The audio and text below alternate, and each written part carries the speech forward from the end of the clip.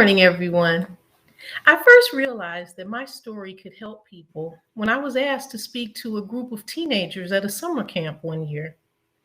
The person who invited me assured me that the students needed to hear my story. I'd never publicly talked about my story before, and I was reluctant, but I agreed, and I'll never forget what happened next. I spoke for 2 hours to 75 teenagers. I told them about the weekend that my father was arrested. I told them about the frenzy that my household was in and feeling like the only one who didn't know what was happening. I told them about how I felt being scared, being angry, everyone talking about my father. No matter how much trouble he was in, he was still my dad. But no one cared what a child thought. I told the students that my father ended up with a 15-year sentence. And I shared with them that even though I was only a sixth grader, my hair started falling out because of the stress. It was embarrassing that the neighbors and the kids at school knew my situation. But I also shared my accomplishments with the students too. I told them that I graduated high school and went to college and that I had a good job. That audience of teenagers surprised me.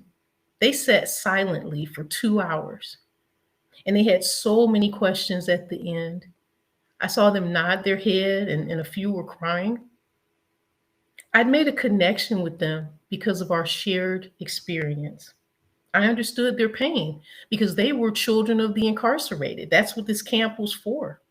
Each of those 75 students had one or both parents who were away serving time. Although I was in my 50s, I made a connection with them because of our shared life experience.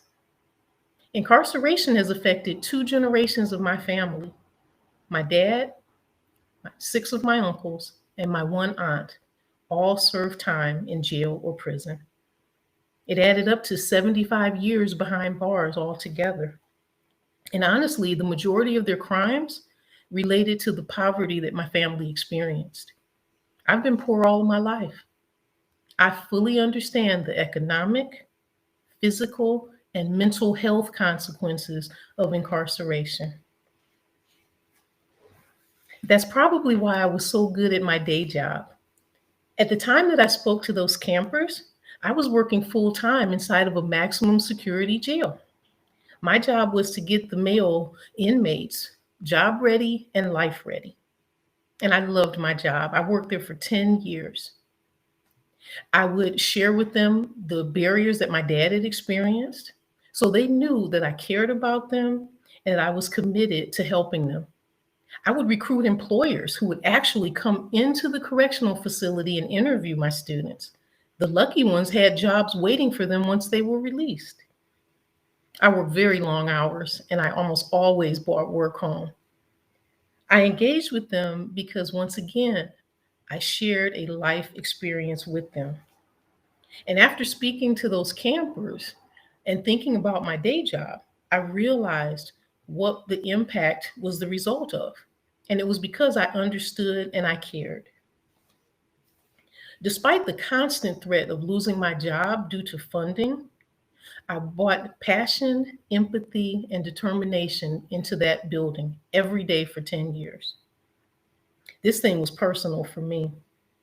When the pandemic hit, civilians like myself were sent away from the building. And it was during this transition in my career that I heard about the Ladies of Hope ministry. This program has been such a blessing. It's given me the tools, the business skills, the public speaking skills, and most importantly, the confidence for me to keep trying to get a seat at the table and not be sent away. I want to engage the reentry world on a professional level. People with lived experiences, we should be involved with policy making and designing programs, and we should be compensated for the knowledge that we bring. My goal for the future is to be a consultant for reentry programs or programs that serve children of the incarcerated. As an impacted family member, I have important insight to contribute to the conversation. With the addition of our voices, perhaps we can begin to provide more justice and peace for all families. I know that I helped those 75 teenagers at that camp. My name is Alisa Smedley. Hashtag Hear My Voice.